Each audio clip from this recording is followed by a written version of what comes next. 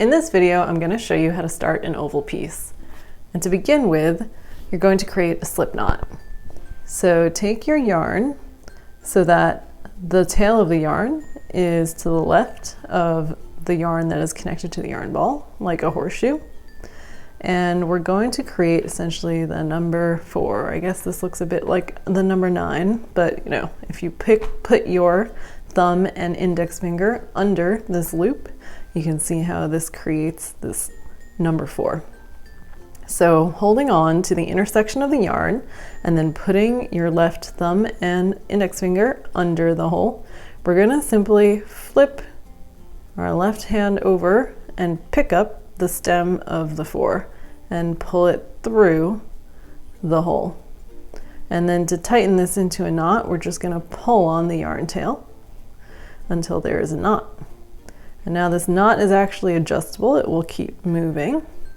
So we're going to put that now on the crochet hook. And if you're right-handed, you want this knot to be to the left of your hook. And if you're left-handed, you want the knot to be to the right of the hook. And you want to make this tight on your hook, not too tight that it becomes really difficult to pass the hook through, but you do want this and all the stitches you're about to make in the foundation chain to be a bit tighter than normal so that you don't have that many holes in your final oval. So now get into regular crocheting position, and we're going to create a foundation chain with 4 chain stitches in it. So to do that, we're going to hold on as close as possible. We're going to hold on to the piece as close as possible to the hook, and then we're going to take the hook and yarn over and then pulling that yarn through the loop that's on the hook. That was 1 chain stitch, and you can see the V we created here. Now we're going to adjust our yarn holding hand so that we're always holding onto the piece really close to the hook to make it easier to control the yarn. And then make another chain stitch by yarning over, bringing that yarn through the loop again. So I'm going to do this 2 more times to make a foundation chain that has 4 stitches in it. And like I said, you want these to be a bit tighter than you probably normally would do to minimize any holes that you'll have in the end. So now you should have a piece that looks a bit like this. And you can see the 4 V's that indicate the 4 chain stitches. And we're going to skip the first V. And we're going to put our hook under only the top of the second V. So we're going to split that V in half. So we're going to put the hook over here. And I'm using my yarn hand to help get the hook in there because I crocheted it kind of tight. So now it should look like there's 2 loops on your hook. We're going to do a single crochet stitch. So that's yarning over and then bringing it through just that first loop on your hook, so that now you have 2 loops on your hook. Yarn over again and bring it through both loops on the hook.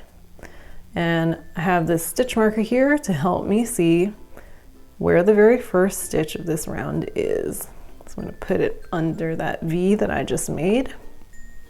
Now we're going to put a single crochet stitch under the top side of the next V, again splitting that V so it looks like we've got 2 loops on the hook. Yarn over, pull it through just the first loop, so you've got 2 loops left on your hook. Yarn over again, pull it through both loops on the hook. All right, this is where it's going to be a little different. Now we actually want to put 3 single crochet stitches in the last V because that's what's going to make that nice rounded shape to make the oval.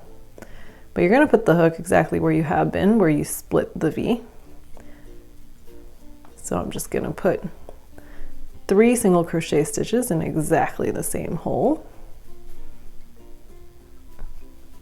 And notice I've rotated my piece a little bit already because what I know is about to happen is we've been crocheting on the top of that chain, and now we actually need to rotate to see the bottom of the chain, so that the bottom of the unworked part of the chain is now facing up. And now we're going to work some stitches in the other side of the V. So if you can see, this is the next unworked V. So we're going to put one single crochet stitch in here. And then this very first stitch was actually one of the 3 end V's that we need to make for this side. So we only need to put 2 more single crochet stitches in this side of the unworked part of this first V. So I'm going to put my hook in here and make 2 single crochet stitches. So now each end of this oval actually has 3 single crochet stitches in it. This one was just kind of divvied up into 1 and then at the beginning and then 2 at the end.